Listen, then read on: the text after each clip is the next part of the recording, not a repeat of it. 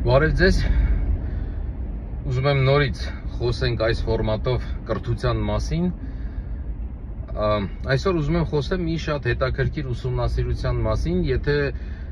դպրոցական հասակի երեխայի ծնող եք, կամ ուսուցիչ եք, կամ հենց դպրոցական երեխա եք, ապա այս տեսանյութը հենց ձեզ համար է։ Ուրեմն մի քանի տարիներ արդեն մեր թիմը, դասարանեմի և կորիս կրթական ծրագրի թիմը մի շատ հետաքրքիր ուսումնասիրություն է անում, որը հիմնված է դեռևս 19-րդ դարից եկող պրոֆեսոր Ֆլեմինգի և պրոֆեսոր Մոնտեսորիի ուսումնասիրության հիման վրա, որտեղ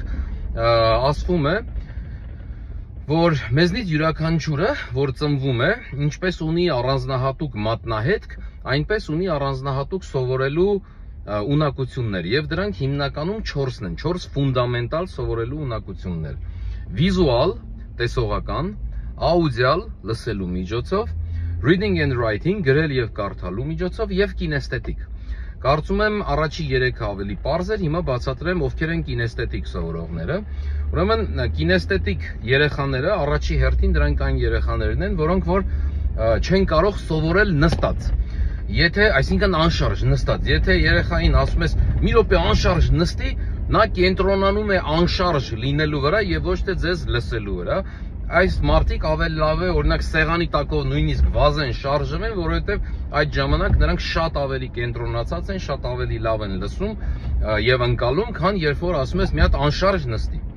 Երկրորդը կինեստետիկ սովորողների առանձնահատկությունը դա նա է, որ նրանք սիրում են շոշափելիություն։ Նրանց պետք է անպայման tangibility, որպեսզի կարողանան շոշափել։ Եվ երրորդ ամենակարևորը թերևս կինեստետիկ սովորողներին անպայման անհրաժեշտ է, երբ ինչ-որ բան ես բացատրում կամ սովորեցնում,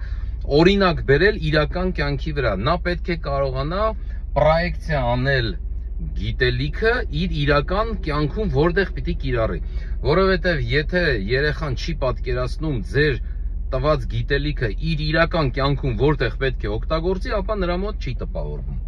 Հիմա սրանք այդ 4 ֆունդամենտալ ունակություններն են և մեր հիմնական նպատակը կայանում է նրանում, որպեսզի կարողանայինք ստեղծել մի գործիք, որը կկարողանա դիագնոզ անել, այսպես ասած, մարդու սովորելու ունակությունների տոկոսային հարաբերակցությունները։ Ինչի, որովհետև պատկերացրեք մի հատ օրինակ բերեմ, պատկերացրեք օրինակի համար մի երեխա դիցուկ վերցրենք Նարեն, որի մոտ 4 ունակությունները զարգացած են հետևյալ տարբերակով։ Օրինակ, 70%-ով զարգացած է նրա մոտ վիզուալ սովորելու ունակությունը, դիցուկ վերցնենք 10%-ով լսելու, 10%-ով գրել կարդալու և 10%-ով կինեստետիկ։ Եվ ուսուցիչը մտնում է դասարան և հիմնականում օրինակ ինչ է անում, խոսում է դեպի երեխան։ Սա նշանակում է, որ թիրախավորվեց երեխայի հիմնականում մեկ լսելու ունակությունը, որը այս պարագայում 10% էր։ Հետևաբար երեխան կկարողանա այդ օրը դասարանից վերցնել առավելագույնը 10%-ը, հիշել 10, տպավորվել 10%-ը։ Իսկ եթե մենք ուզում էինք, որ նա կարողանար ամբողջությամբ յուրացնել և լավ տպավորվել, ապա պետք էր կիրառել 4-ը բոլոր ֆունդամենտալ գիտելիք ունակությունները, որոնք նա ունեին, և առավելագույնը օրինակ վիզուալը, որպեսզի նրա մոտ տպավորվեր։ Ցավոք սրտի չիմանալով այս ամենը, հաճախ մենք նաև երեխային պիտակավորում ենք ասելով, որ օրինակ լավ աշակերտ չէ կամ լավ չլսեց, լավ չհասկացավ կամ լավ չի հասկանում։ Իրականում ոչ,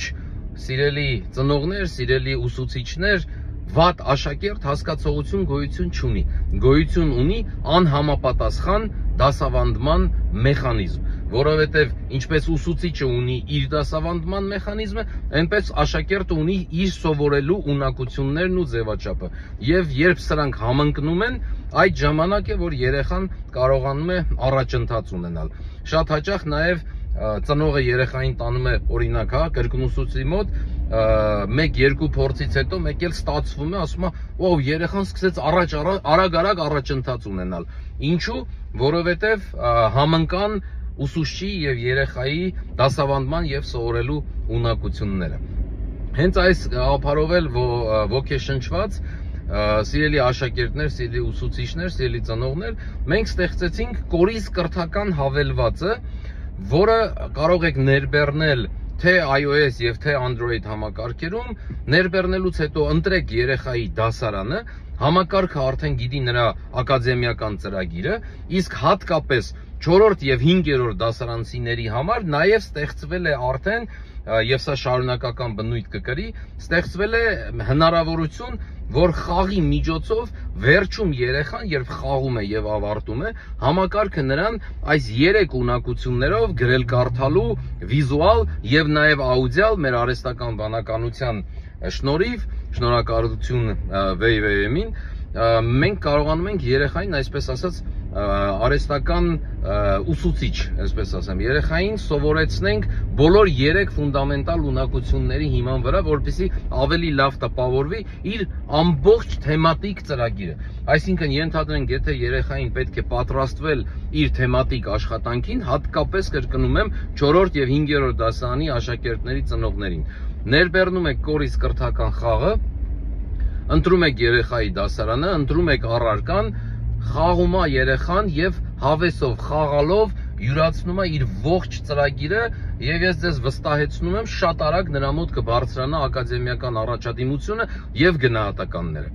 Այսքանը այսօր։ Շնորհակալություն։